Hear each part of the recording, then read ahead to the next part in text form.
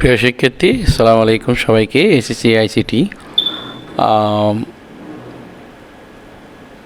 তথ্য ও যোগাযোগ প্রযুক্তি বিশেষ সবাইকে স্বাগতম।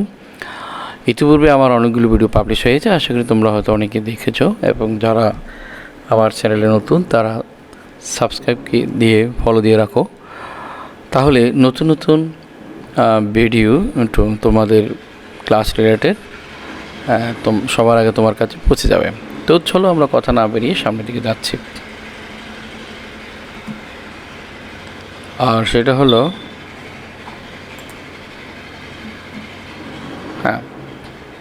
প্রথমত আমরা এই ছবিগুলো একটু লক্ষ্য করি। এই যে এগুলো কি ট্রিমার, তারপর এখানে কতগুলো স্পট পড়েছে, ঠিক আছে। এই যে এখানে মানে পায়ের মধ্যেও আছে একটা স্পট। এগুলো কি? এই যে পায়ের মধ্যে যে ফোসকা বা পায়ের মধ্যে যে বিকৃত হয়েছে। আজকে আমাদের পাঠ হচ্ছে কি, ক্রায়োসার্জারি ও মহাকাশ অভিযান, ঠিক আছে। তা আমরা একটু যাই ক্রায়োসার্জারি। এই পাঠের শেষে শিক্ষার্থীরা যেটা জানবে ক্রায়োসার্জারি কী তা বলতে পারবে, ইহা ব্যবহারের ক্ষেত্রে সময় বলতে পারবে, ক্রায়োসার্জারি চিকিৎসা ক্ষেত্রে কীভাবে বাড়তি সুবিধা এনে দিয়েছে সেটা ব্যাখ্যা করতে পারবে। এবার আসি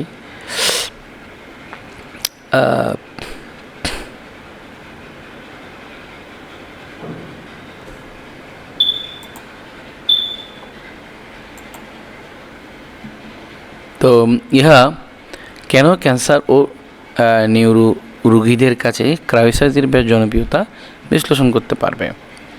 তো এখানে আমরা বেশ কিছু ছবি দেখতেছি যে কিভাবে ক্রায়োসার্জারি করানো হয়, ঠিক আছে। আমাদের মানব শরীরের মধ্যে যে টিস্যুগুলো আছে, বিশেষ করে এপিথেলিয়াল লেয়ার, যেখান থেকে লোম গজায়, ঠিক আছে। এই দেখেন এপিথেলিয়াল লেয়ার, যেটা ঘাম যেটা হয়, লোম গজানো হচ্ছে এখানে এপিডার্মাস। সো এইখানে যেই নানা রকম যে চামড়া যখন আক্রান্ত হয় আর কি, সেই জিনিসটা বোঝানোর জন্য চামড়া যে লেয়ার আছে সেই লেয়ারগুলো এখানে বানানো আছে। আর যাই হোক, আমরা সামনের দিকে যাই। তো ক্রায়োসার্জারি হলো এমন একটি চিকিৎসা পদ্ধতি যার মাধ্যমে এই যে সাধারণত অতি ঠান্ডা শরীরের অস্বাভাবিক ও অসুস্থ বা রোগাক্রান্ত টিস্যু ধ্বংস করা হয়। তা আমাদের যে টিস্যুগুলো আছে, এই রোগাক্রান্ত টিস্যুগুলোকে ধ্বংস করানো হয়। এটার মাধ্যমে 1 to 5 মিলিমিটার তারপর লেসন এইগুলা আইস বল, এই টেম্পারেচারগুলো এখানে প্রয়োগ করার মাধ্যমে যে নষ্ট টিস্যুগুলোকে ধ্বংস করা হয়, মানে খারাপ টিস্যুগুলোকে ধ্বংস করা হয়। এবার আমরা দেখি গ্রিক শব্দ ক্রায়ো অর্থ খুব শীতল, ঠিক আছে, এবং সার্জারি অর্থ তো আমরা জানি হাতে করা কাজ। যে ক্রায়োসার্জারিকে অনেক সময় ক্রায়োথেরাপিও বলা হয়, ঠিক আছে। যে তাপমাত্রায় সাধারণত বরফ জমাট বাঁধে তার চাইতে নিম্ন তাপমাত্রার ধ্বংসাত্মক শক্তি সুবিধা গ্রহণ করে দেহকোষে ক্রায়োসার্জারি কাজ করে। খুব স্পষ্ট করে আমরা দেখতেছি যে এটা কীভাবে একটা ক্যান্সার, মানে মানুষের ক্যান্সারও হয়, তারপর নানা রকম যে গোটা টিউমার যেগুলো হয়, কালো দাগ, তো এগুলো কিন্তু ক্রায়োসার্জারির মাধ্যমে রিমুভ করা যায়। নিউরোসার্জারি এবং টিউমার বা ক্যান্সার রোগের চিকিৎসা কিন্তু ব্যবহার করা হয়। আমরা এখানে দেখতে পাচ্ছি কীভাবে এটা রিমুভ করতেছে। এই পদ্ধতিতে টিউমারের ভেতর ক্যান্সার টিস্যুতে তাপমাত্রায় মাইনাসে নামিয়ে আনতে প্রয়োগ করা হয়। ইমেজিং যন্ত্রের সাহায্যে আর্গন ও হিলিয়াম গ্যাস, এতে করে টিস্যুগুলো দ্রুত বরফের মতো জমে যায়, গ্যাস প্রয়োগ করা হয় আর কি। ত্বকের অসুস্থ কোষকে অতি শীতল তাপমাত্রায় ধ্বংসের মাধ্যমে ক্রায়োসার্জারি করা হয়। এটা হচ্ছে পয়েন্ট মেইন। এই যে এখানে ত্বক, এটা হচ্ছে সার্ভিক্স মানে জরায়ু যেটা বলা হয়। তারপর ক্রায়োসার্জারি পিরিয়ড, ত্বক অসুস্থ কোষকে অতি শীতল তাপমাত্রায় ধ্বংসের মাধ্যমে ক্রায়োসার্জারি করা হয়।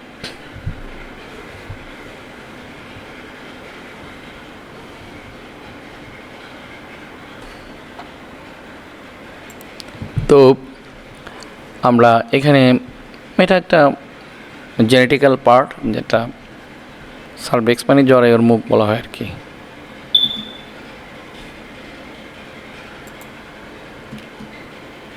তো কারণ অতি নিম্ন তাপমাত্রায় বরফ স্ফটিক ত্বকের অসুস্থ কোষকে ধ্বংস করে রক্ত সঞ্চালন ঠিক করে দেয়।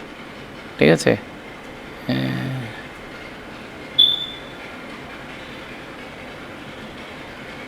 এগুলো ক্রায়োসার্জারি ব্যবহৃত যন্ত্র আর কি। নিউ ইয়র্কের চিকিৎসক ক্যাম্পবেল হোয়াইট 1989 সালে সর্বপ্রথম শীতল তাপমাত্রা দ্বারা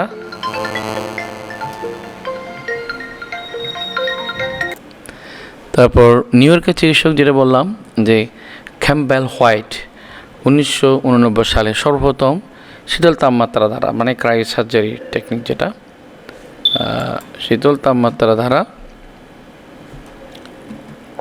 বিভিন্ন ধরনের ত্বকের চিকিৎসার জন্য তরল গ্যাস ব্যবহার করেন।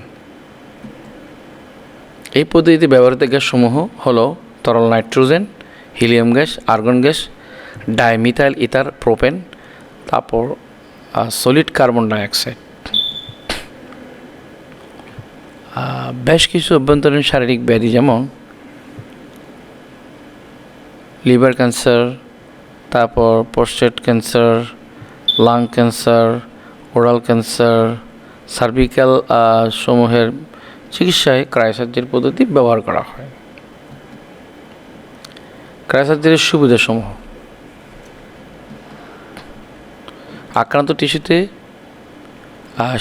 শীতল যন্ত্রটি এমনভাবে লাগানো হয় যাতে টিস্যুর সব ধরনের ক্রিয়াকলাপকে সাময়িকভাবে অকার্যকর করে রাখা যায় এবং চিকিৎসার শেষে টিস্যুকে পূর্বের অবস্থায় ফিরিয়ে নেওয়া যায়। এই পদ্ধতিতে তাপমাত্রা যখন নিচে নামানো হয় তখন সংশ্লিষ্ট স্থান হতে রক্ত সরে যায় এবং রক্তনালীগুলো সংকুচিত হয়, ফলে রক্তপাত হয় না বললেই চলে, হলেও সম্ভাবনা খুব কম হয়। এইখানে আমরা দেখতেছি পদ্ধতিটা।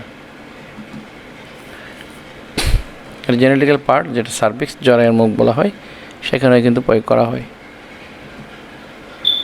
আচ্ছা, ক্যান্সার নিরাময়ে বহুল প্রচলিত চিকিৎসা ব্যবহৃত হয় কেমোথেরাপি বা রেডিওথেরাপি এবং বিভিন্ন অস্ত্রোপচারের মতো চিকিৎসায় যে এই পদ্ধতির কোনো পার্শ্ব প্রতিক্রিয়া নেই।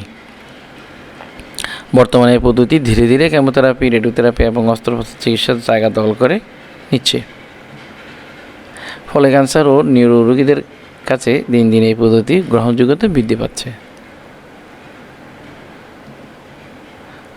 এবার আমাদের টপিক হচ্ছে মহাকাশ অভিযান। এগুলো আমরা রিভিউ করব। মহাকাশ অভিযানের সাধারণত এটা হচ্ছে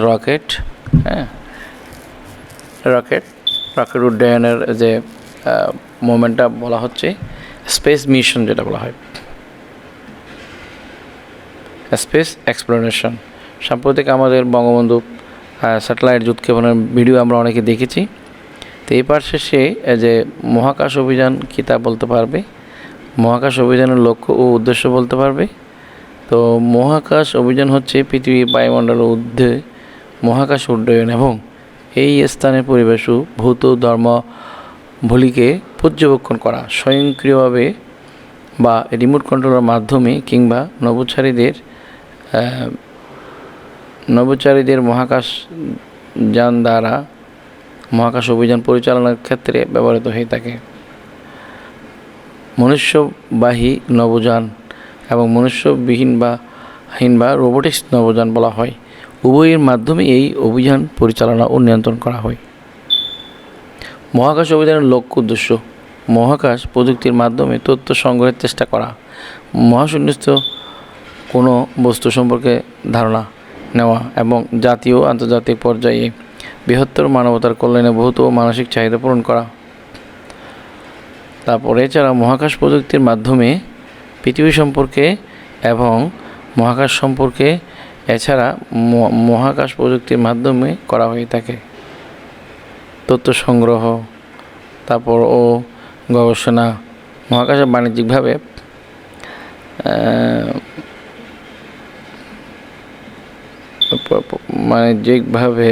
প্রক্রিয়াকরণ ও উৎপাদন।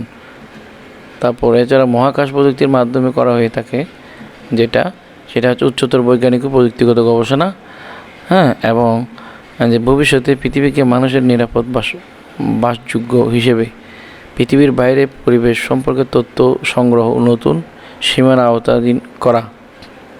এছাড়া মহাকাশ প্রযুক্তির নেপথ্য উদ্দেশ্য ছিল যে আধিপত্য বিস্তার করা, তারপর এবং অন্য দেশের বিরুদ্ধে সামরিক ও কৌশলগত সুবিধার উন্নয়ন। মহাকাশ অভিযানের লক্ষ্য উদ্দেশ্যের মধ্যে আরও আছে যে 3 অক্টোবর 1942 সালে জার্মান বিজ্ঞানী পরীক্ষামূলক মহাশূন্যে পাঠান যে রকেট V2। তারপর এরপর 4 অক্টোবর 1957 সালে সোভিয়েত ইউনিয়ন মহাশূন্যে প্রেরণ করে পৃথিবীর প্রথম উপগ্রহ স্পুটনিক 1। তারপর 12 এপ্রিল 1961 সালে বিশ্বের প্রথম মানুষ বহনকারী মহাকাশ যানে মহাশূন্যে ভ্রমণ করেন 27 বছর বয়সী রাশিয়ান মহাকাশ যাত্রী ইউরি গ্যাগরিন ভস্কট 1 করে। এটা খুব ইম্পর্টেন্ট জিনিস, মনে রাখতে হবে। ইউরি গ্যাগরিন ভস্কট 1 1 ঘন্টা 48 মিনিটে একবার আবর্তন করে।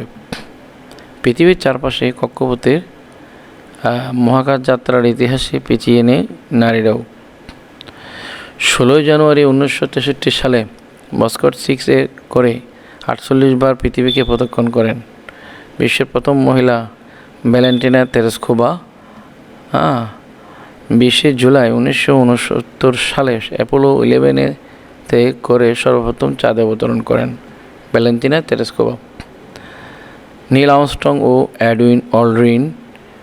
তারপর 1970 সালে ভেনেরা 7 শুক্র গ্রহে অবতরণ করেন, তথ্য প্রেরণ করে 23 মিনিট যাবৎ সেখান থেকে সরাসরি পৃথিবীতে। 1971 সালে মার্স 3 মিশনের মাধ্যমে সর্বপ্রথম তথ্য পাঠানো হয়। তারপর 20 সেকেন্ড যাবৎ মঙ্গল গ্রহ থেকে সরাসরি পৃথিবীতে। প্রথম মহাকাশ স্টেশন স্থাপন করে সোভিয়েত ইউনিয়ন, যার নাম ছিল মির, এবং মার্কিন যুক্তরাষ্ট্রের স্থাপিত স্টেশনের নাম স্কাইল্যাব। এর ফলে মহাকাশ অভিযানের কাজ অতি দ্রুত এগিয়ে যায়। মনুষ্যবিহীন অবদান বা মহাকাশ অভিযানের মধ্যে উল্লেখযোগ্য যেমন রাশিয়ার সুয়েজ প্রোগ্রাম, যুক্তরাষ্ট্রের মহাকাশ শাটল প্রোগ্রাম এবং বর্তমানে চলমান আন্তর্জাতিক মহাকাশ স্টেশন একক কাজ। তো আমরা এই ক্ষেত্রে বলবো বঙ্গবন্ধু স্যাটেলাইট সম্পর্কে কিছু আমরা ছবিতে দেখতে পাচ্ছি। বঙ্গবন্ধু স্যাটেলাইটের একটা ছবি। তো সুতরাং আমাদের দেশে কিন্তু পিছিয়ে নেই, তো আমাদের দেশেও স্যাটেলাইট উৎক্ষেপণ করেছে। যাই হোক, আমরা স্যাটেলাইট এগুলো সম্পর্কেও জানলাম। এবার আমাদের মূল কাজ হচ্ছে একক কাজ কীভাবে করবে। এখানে দেখবে কোনটি ক্রায়োসার্জারির সাথে সম্পর্কিত, যেমন ফাজি লজিক, বিশেষ ধরনের গ্লাভস, নাইট্রোজেন, নেভিগেশন, এগুলো কিন্তু শর্টকাট কোশ্চেন। তারপর হচ্ছে দলীয় কাজ, কদল, খদল, এরকম 2টা দল বা 3টা দল করা হলো। ক্রায়োসার্জারির ব্যবহারের ক্ষেত্রসমূহ কয়েকটি নাম বলো। ক্রায়োসার্জারি চিকিৎসার ক্ষেত্রে কীভাবে বাড়তি সুবিধা এনে দিয়েছে। মহাকাশ অভিযানের লক্ষ্য ও উদ্দেশ্য বলো। ক্রায়োসার্জারি কী? ক্রায়োসার্জারিতে ব্যবহৃত পদার্থগুলোর নাম বলো। ক্রায়োসার্জারির সুবিধা ব্যাখ্যা করো। ক্রায়োসার্জারির অসুবিধা বলো। বাড়ির কাজ, ক্রায়োসার্জারি চিকিৎসা পদ্ধতি দ্বারা রোগীর কীভাবে উপকৃত হচ্ছে তার উপর একটি প্রতিবেদন লিখবে। ঠিক আছে, বাস। এখন আমরা আর কিছু টিপস আমরা দেখি।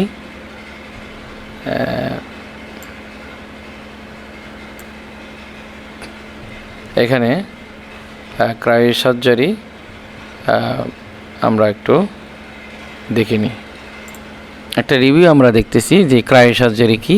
ক্রায়ো শব্দ এসেছে গ্রিক শব্দ ক্রায়ো এবং সার্জারি থেকে। ক্রায়ো শব্দের অর্থ হচ্ছে খুব শীতল এবং সার্জারি শব্দের অর্থ হচ্ছে অস্ত্র চিকিৎসা। ক্রায়োসার্জারি এমন একটি চিকিৎসা পদ্ধতি যার মাধ্যমে অতি ঠান্ডা তাপমাত্রা ব্যবহার করে আমাদের ত্বকে অসুস্থ কোষগুলো ধ্বংস করা হয়। খ্রিস্টপূর্ব 2500 সালের দিকে মিশরীয়রা ত্বকের বিভিন্ন ধরনের ক্ষতের চিকিৎসায় ঠান্ডা তাপমাত্রা ব্যবহার করতেন। আধুনিক ক্রায়োসার্জারি যাত্রা শুরু হয় ডক্টর ইরভিং কপার এবং আর্নল্ড লি এর হাত ধরে। আচ্ছা, তো ক্রায়োসার্জারির সুবিধা মানে ব্যবহার যেটা, ত্বকে ছোট টিউমার, তিল, আঁচিল, ত্বকে ক্যান্সার, যকৃৎ ক্যান্সার, বৃক্ক ক্যান্সার, প্রোস্টেট ক্যান্সার, ফুসফুস ক্যান্সার, মুখের ক্যান্সার, ফাইলস, তারপর প্ল্যান্টার ফেসিটিস বা গোড়ালির সমস্যা, এগুলো আর কি। তো ক্রায়োথেরাপির ধাপ ultrasound, magnetic resonance image, MRI বা ব্রঙ্কোস্কোপি পরীক্ষা করে অসুস্থ কোষগুলো সঠিক অবস্থান ও আয়তন নির্ণয়। কটন বাড স্প্রে অথবা প্রোব বা সুচ ব্যবহার করে ক্রায়োজেনিক এজেন্ট আক্রান্ত জায়গায় 12 সেকেন্ড প্রয়োগ। ক্রায়োজেনিক এজেন্ট প্রয়োগ বন্ধ, আক্রান্ত জায়গাটি বরফ গলতে শুরু হয় এবং আক্রান্ত কোষগুলো ধ্বংস হয়। ক্রায়োসার্জারিতে তথ্য যোগাযোগ পদ্ধতি ব্যবহার যেটা, ক্রায়োসার্জারি চিকিৎসা নিয়ে গবেষণা করেন তাদের মধ্যে যোগাযোগ করার জন্য ইন্টারনেট, টেলিকনফারেন্সিং, ভিডিও কনফারেন্সিং ব্যবহার করা হয়। এই চিকিৎসা সংক্রান্ত গবেষণার ফলাফল সংরক্ষণ করার জন্য ডেটাবেস ব্যবহার করা হয়। আজকাল ক্রায়োসার্জারি রোবটের সাহায্যে সম্পন্ন করা হয়। ডাক্তারদের ক্রায়োসার্জারি নিয়ে প্রশিক্ষণের জন্য সিমুলেশন সফটওয়্যার ব্যবহার করা হচ্ছে। তো এবার ক্রায়োসার্জারির সুবিধা তো বলেছি। এই পদ্ধতি আক্রান্ত টিস্যু প্রায় 90% ধ্বংস হয়ে যায়। অস্ত্রোপচারের মধ্যে এই পদ্ধতি কোনো পার্শ্বপ্রতিক্রিয়া নেই, খরচ কম। যারা কোনোরূপ অপারেশন সহ্য করতে পারেন না তাদের জন্য এই পদ্ধতি উপযোগী। ক্রায়োসার্জারির অসুবিধা, ঠান্ডার সমস্যা আছে তাদের জন্য ক্রায়োসার্জারি নেওয়া উচিত না। ক্যান্সার যদি অনেক বেশি ছড়িয়ে পড়ে তবে এই ক্যান্সারের ট্রিটমেন্ট জন্য ক্রায়োসার্জারি নেওয়া উচিত নয়। আচ্ছা, এই হলো আমাদের আজকের টপিক। তা আশা করি আমার মনে হয় সবাই বুঝতে পেরেছো। আমি চেষ্টা করেছি তোমাদের জন্য কিছু বলা, তা আমার চেষ্টা আমি করেছি, তোমরা চেষ্টা করবে এগুলো পড়ে এবং বুঝে এর সার্থকতা অর্জন করা। ধন্যবাদ, সবাই ভালো থাকবে। যদি তুমি আমার চ্যানেল নতুন হয়ে থাকো তাহলে ফলো দিয়ে লাইক শেয়ার করে ফলো করে রাখতে পারো। পরবর্তী ভিডিও নোটিফিকেশন তোমার মোবাইলে চলে যাবে। ধন্যবাদ সবাই, ভালো, আল্লাহ হাফেজ।